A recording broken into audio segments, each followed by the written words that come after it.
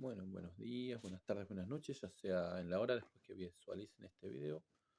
Bueno, hoy quisiera hablarles de un autor de filosofía eh, que seguramente todo el mundo lo conoce. Vamos a hablar sobre su vida, sobre Platón, que no vamos a negar que es uno de los pensadores de la antigüedad griega clásica, que ha influido más a la humanidad, o por lo menos a la parte occidental del mundo, digamos, ¿no? No podemos negar que nosotros tenemos un legado enorme de los griegos, así también de la cultura romana y también de la judeocristiana, ¿no? Estas tres fuentes creo que son clave para entender nuestras culturas. Y bueno, y después lo propio y lo autóctono que tenemos nosotros en América, ¿no? Pero Platón, más allá de que uno esté de acuerdo o no esté de acuerdo del pensamiento, no podemos negar la influencia que tuvo eh, en la historia occidental, de la cultura occidental, lo que es Platón. ¿Por qué siempre remarco la cultura occidental? Porque los orientales quizás tienen otros referentes, eh, y bueno, aunque también he escuchado que en Oriente también se lee la filosofía griega, pero bueno, ellos tienen otro tipo de filosofía. Y nuestra manera de pensar, inclusive, se lo debemos mucho a los filósofos griegos, pero el más grande, indiscutible, uno de ellos es Platón, ¿no? Entre los tres grandes, que tenemos los tres grandes clásicos, que es Sócrates, que fue el maestro de Platón, Platón, que fue el discípulo, y el discípulo de Platón, que fue Aristóteles. Esos tres son los más grandes, los tres grandes clásicos. Bueno, yo quisiera dedicarle un poquito a Platón, a su vida y de qué se trata cuando hablamos del pensamiento platónico, ¿no? Inclusive se ha escuchado, ¿no?, decir que del amor platónico, ¿no?, del amor idealizado.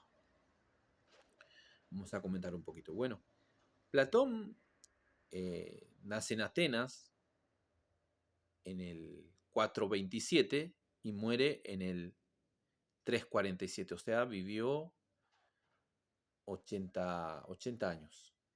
Bastante para... Y estamos hablando del siglo quinto y cuarto antes de Cristo, ¿no? Eh, y bueno, él fundó la primera universidad que conocemos de Occidente que se llamó la Academia. Que esta academia perduró eh, casi hasta el siglo quinto de la era cristiana, o sea, eh, estuvo como 900 años en la historia, hasta que fue destruido y demás, ¿no? La Academia de Platón. Bueno, en la Academia de Platón también estudió el mismo Aristóteles, pero bueno, él fue discípulo de Sócrates. Sócrates es un personaje crucial para los escritos de Platón. Nosotros conocemos a Sócrates por los escritos o por los diálogos justamente de Platón. ¿Por qué se llaman diálogos sus escritos? Porque Platón trata de formular su filosofía, el pensamiento, su pensamiento, sus ideas, a través de diálogos, ¿no? Entonces aparecen varios personajes en un diálogo, ponele que vamos a ver la apología de Sócrates, Critón o el deber. Por ejemplo, el tema del deber. Entonces Critón va a ser un personaje principal con Sócrates seguramente, y va a ser Critón el que le va a preguntar a Sócrates qué es el deber. Bueno, pero Sócrates siempre se va a hacer, al principio va a dejar que el otro hable y hasta que éste se pueda sacar las ideas que tiene él de el concepto del deber, Y ahí recién Sócrates va a formular su respuesta o va a ir llevándolo al interlocutor para que él mismo descubra la verdad que tiene adentro, ¿no? Por eso, para el pensamiento platónico, ellos dicen que nosotros ya tenemos el conocimiento adentro nuestro, sino que simplemente las olvidamos. Ellos hablan de la reminiscencia. Platón creía en la inmortalidad del alma, que nosotros, nuestra alma es inmortal, o sea, es eterna y que de alguna manera antes de encarnar en nuestro cuerpo pasa por un río que se llama el río Leteo, el río del olvido, en donde nosotros nos olvidamos de todas esas cosas que nuestra alma ya contempló eternamente, ¿no?, en el mundo de las ideas.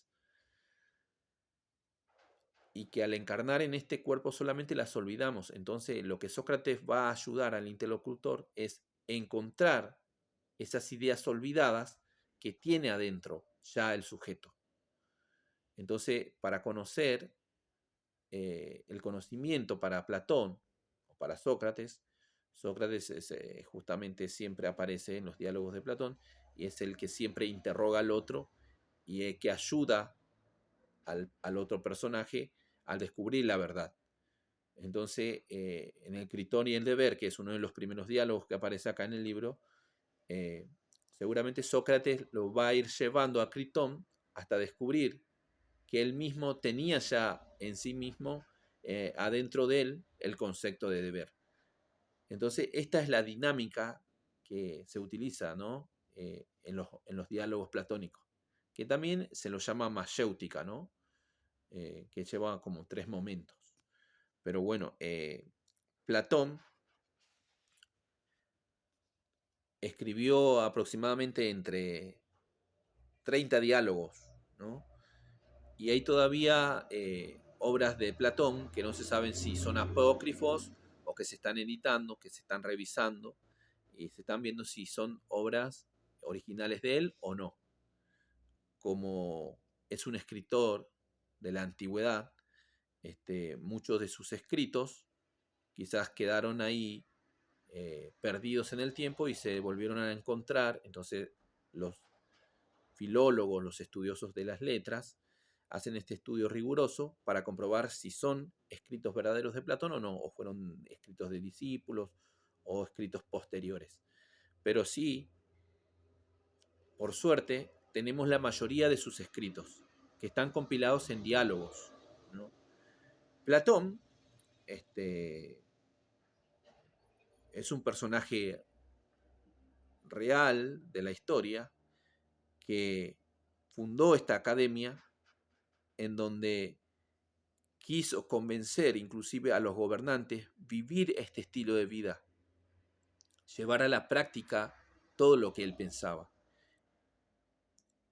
Él en vida quiso influir en su cuñado, que era un tirano de Siracusa, viajó hasta Siracusa para convencerlo, pero como no quería dejar su tiranía, lo terminó vendiendo como esclavo.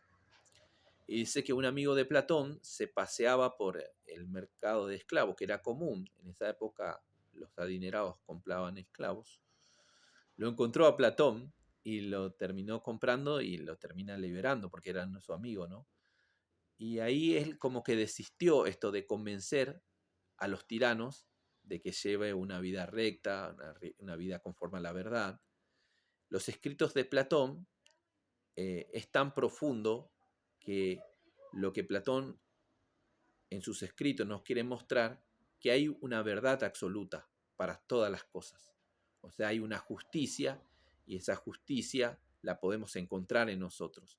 Hay una verdad, ¿no?